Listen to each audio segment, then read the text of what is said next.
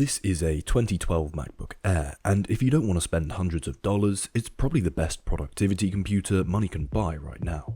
There are a few very specific reasons for this.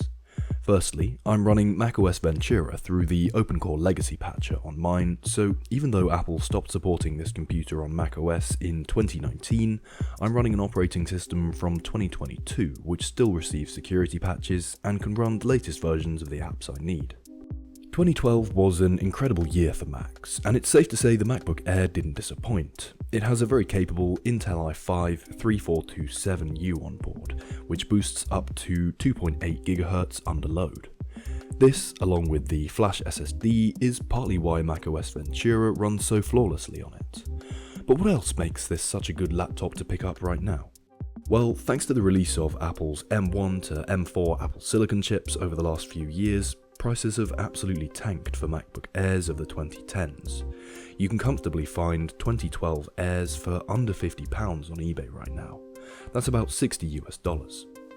Of course, there's no getting around the fact that this computer is almost 13 years old. You have to realise though, £50 is a bargain. Genuine MagSafe 2 chargers are worth about £20 right now, so that leaves £30 worth of computer. Do you realise how insane that is? For your money, you're getting a laptop which paved the way for all MacBook Airs after it. The thin and light wedge design was first introduced in 2008, and it means you can pack it in your bag very easily if you need to take it somewhere like a library or coffee shop to get some work done. If you commute to work and need to bring your laptop, the same applies. The 2012 MacBook Air's display is a 60Hz 1440 by 900 TFT LED panel. I have to say, it's not the nicest to look at, since the viewing angles are really harsh. You have to be in front of it and level with it, otherwise the colours and contrast appear all over the place. There's very little anti-glare technology on the screen, so reflections appear in abundance too. The screen's resolution is right between 720 and 1080p, which is another reason it's not much fun to watch anything on. For productivity though, the poor screen quality can kind of work in your favour. You're not going to enjoy Netflix or YouTube as much on this thing, so that's one less distraction from getting important work done. As is often the case with Intel processors from the 2010s, there's enough power to get things like Word documents, Excel spreadsheets, and web browsing done without any slowdowns. There are 4GB of RAM on board, which isn't a lot, but again, it's very usable on macOS Ventura, and there aren't any real slowdowns caused by a lack of memory. It's low-power DDR3 RAM running at 1600 MHz, so nothing special for 2012. This is non-upgradable, so unfortunately, if you have a 4GB model, that's all you're getting. I already mentioned one of the reasons the OS runs so smoothly is the flash-based SSD. It's a 128GB one in this case, which is removable, so if you ever break the laptop somehow, you'll obviously be able to get your data off and onto another computer by taking the SSD out. This is something a lot of people overlook these days, since the SSDs on all of Apple's MacBooks past 2017 are non-removable. If you break the laptop, you might well have to get the entire thing replaced to get your data off, which can cost a lot of money these days. Oh, and if you want to upgrade the SSD, that's doable too. So while the SSD is freely accessible and very small, it's worth noting that it's not a PCIe based drive. The SSD inside this MacBook operates at SATA 3 speeds. This means it's still a lot faster than having a mechanical hard drive, but it's only going to be about the same speed as a regular 2.5-inch SSD in your unibody MacBook Pro. PCIe-based drives came to the MacBook Air in 2013, a year after this one was released. So the 2013 and later MacBook Airs have slightly faster OS performance as a result, and obviously quicker transfer speeds when moving data around the SSDs. The 2013 model is also about 20% faster, despite running a more power-efficient CPU.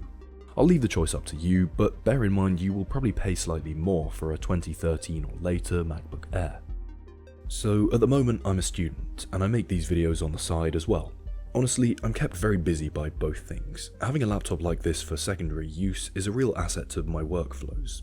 I like to leave my M1 MacBook Air at home plugged into a dock, so I can use it as my main PC for editing videos. This Mac is perfect for writing emails and assignments, as well as checking my calendars and adding different events here and there. The main thing I'm personally going to use this for is writing scripts and YouTube ideas on. I have to write a few thousand words a week in total, and I have to say this MacBook makes a really great writing machine. The keyboard is one of the better ones Apple has released over the last 2 decades. The scissor switch mechanism is a classic and has plenty of movement with decently deep keys.